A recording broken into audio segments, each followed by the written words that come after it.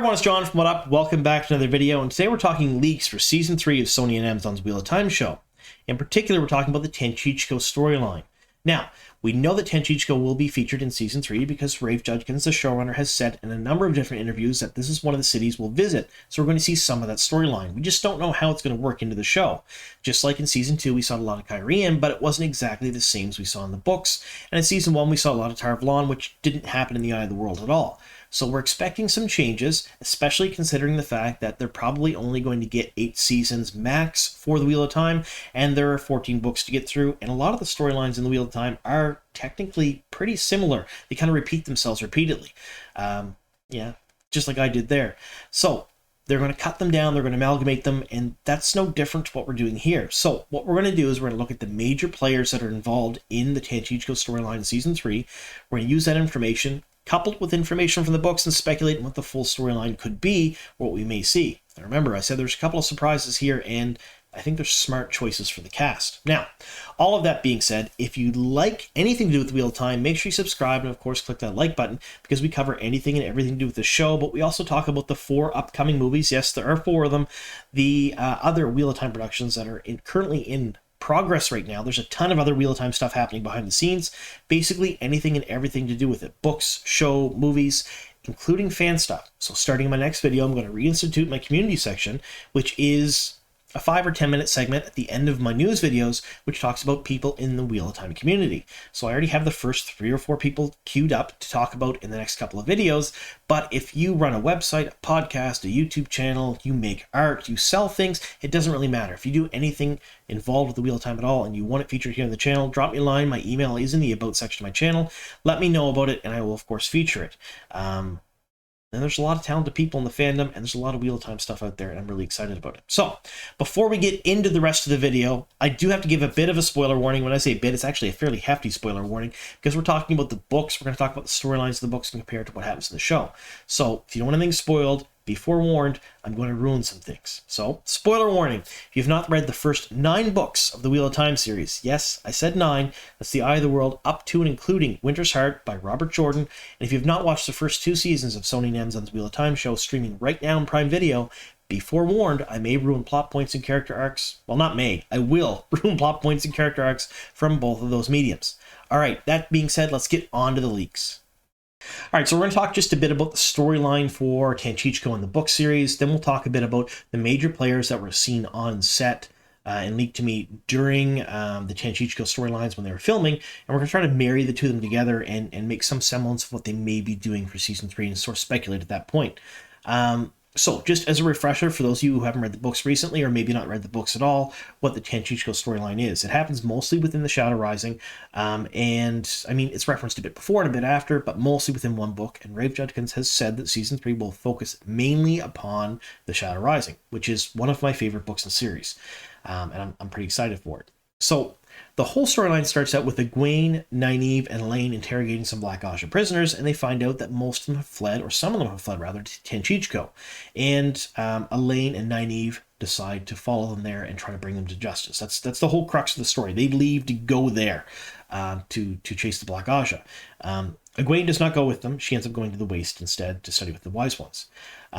During their time within Tanchico, they meet a couple of different people. They meet Bail Damon, who gives them sort of an information network of eyes and ears, and they find out that these Black Aja are in the Panarch's palace, and they're hunting something that could be very, very dangerous to Rand, so that's why they're there. They're going to bring them to justice, they're going to try to find this object, and keep it out of the Black Aja's hands.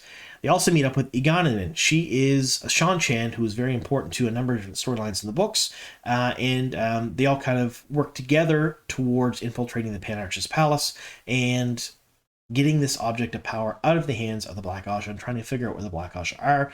And it's sort of like Scooby-Doo mysteries, I guess, is the best way to put it. It's a pretty cool storyline in the book series, and it happens, like I said, mostly over the entire book. Eventually, near the end of the storyline, Nynaeve, Elaine, and Iganin slip into the Panarch's palace. They do end up getting that object of power, which is a male Adam, so it's something that can be used to control Rand. And there's this big showdown with Moghedien and Nynaeve, which is really, really cool. It's one of the things that a lot of people, including myself, have been really expecting to see on screen and really hoping to see. It's going to be the first of the major scenes in the rest of the book series, I think.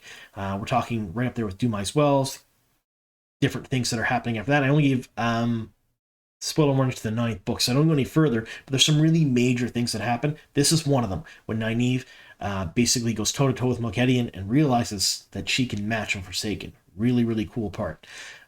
So after all of that happens, basically total chaos ensues. The White Cloaks are there, the Shan-Chan are there. It's sort of similar in ways to what happened at the end of Book 2, The Great Hunt, where there's kind of like a big battle and all kinds of things are happening, and Nynaeve and Elaine end up escaping, and Bail Damon agrees to take the Mail Adam and drop it in the darkest part of the ocean.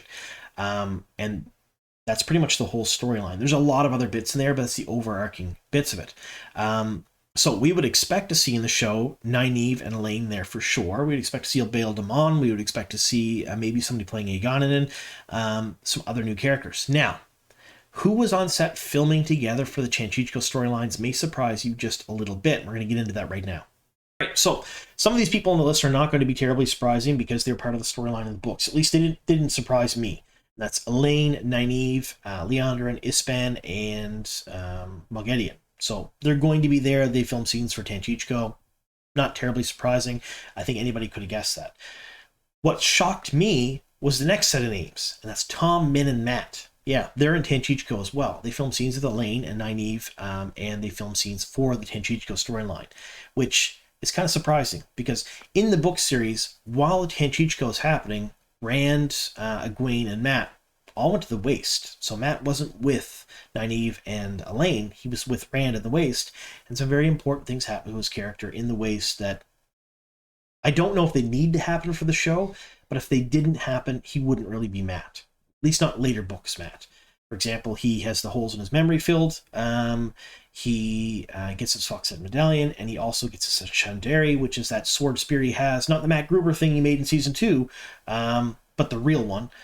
So he gets all that stuff in the Waste, and he grows. He really starts to grow and come out in his own as a character, and I think most people really started to like Matt around that time because he became a much cooler character. Now, there's people that liked him before, and I know probably people in the comments, well, I liked him before he had all that cool stuff. But of course he did. He's a lot of people's favorite characters, but he really came into his own then, in my opinion. Now, that isn't to say that that still won't happen, because I don't know where Tanchico falls in the storyline block for season 3. I don't know if it's first of the season, mid-season, end season. I really don't know. I do know they're filming the Waste scenes still right now in South Africa. So if you happen to know anything about the Waste scenes at all, or if you're from South Africa, drop me a line, emails in the About section of my channel. I'd love to know if Matt Cawthon is on set there. It would be really interesting to know that. But there's still a chance all that stuff can happen for him. But we do know that he's in Tanchico with Elaine and Nynaeve. Now, this lets us do some really interesting stuff. Let's just cull whole storylines from the books, because Jordan liked to do this a lot in the book series. He would take a storyline and he'd recycle it. The storyline would happen again with variations, and it happened a fair bit in his books, a lot. Same type of battle, same type of things, same type of adventure with the same people or different people, and that would be the Ebu Dar storyline. Little refresher on the Ebu Dar storyline. We had Matt Cawthon, leader of the Band of the Red Hand, so he has his army at this point in the book series. He's been ordered by Rand to go rescue Egwene, or help Egwene. And Egwene is with Saladar, the rebel Aes Sedai. He thinks she's being held there captive. He shows up, and lo and behold, she doesn't need to be rescued. She's the Amyrlin. She's not being held captive. So they kind of work out a deal where the band's army will sit nearby, and that'll allow her army to recruit as they are heading towards the tower. Then she kind of, not really tricks Matt, but kind of plays on Matt's heartstrings and sends him to Ebu Dar with Nynaeve and Elaine. Now, they're going to Ebu Dar for one reason only, that is to find an object of power. Not one that'll hurt Rand, but one that will fix the weather. Now, in the book series, the weather was a pretty big recurring theme.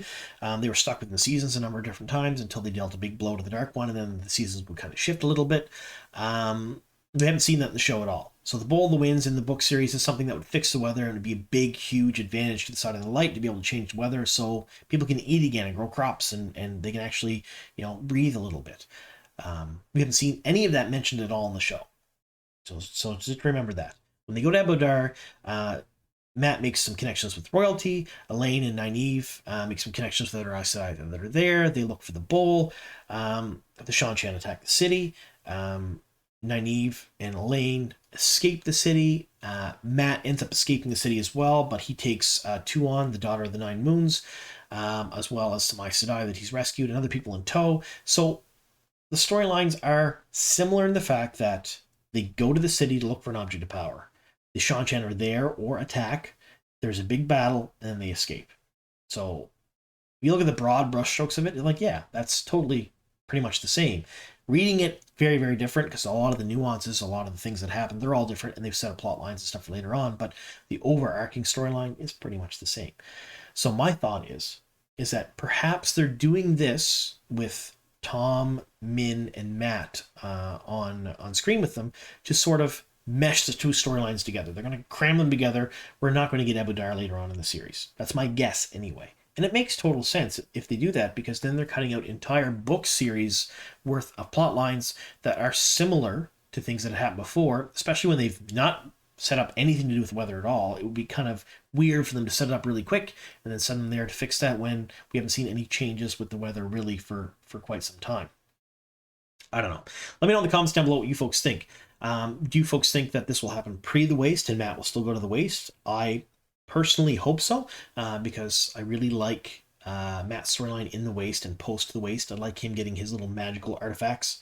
Do you think that this will take place sort of as an amalgamation or a mashing together of the Abu Dar and the Tanchico storylines? Or do you think we'll get something brand new, something that we haven't seen at all, and there's not going to be any relation to what happens in the books? And if so, don't just say we will. If so, what is it going to be? What do you think it's going to be? Either way, I'm pretty excited for season 3, but I think we have some time to wait. So we had a very big gap between season 1 and season 2, and all indicators are pointing that we're going to have another large gap between season 2 and season 3. So we have some time to kind of marinate and figure out what this is and speculate, which is one of the things I really like to do with the show. And I want to hear your thoughts and opinions on that. So thank you so very much for sticking with me here to the very end. Here's to many more.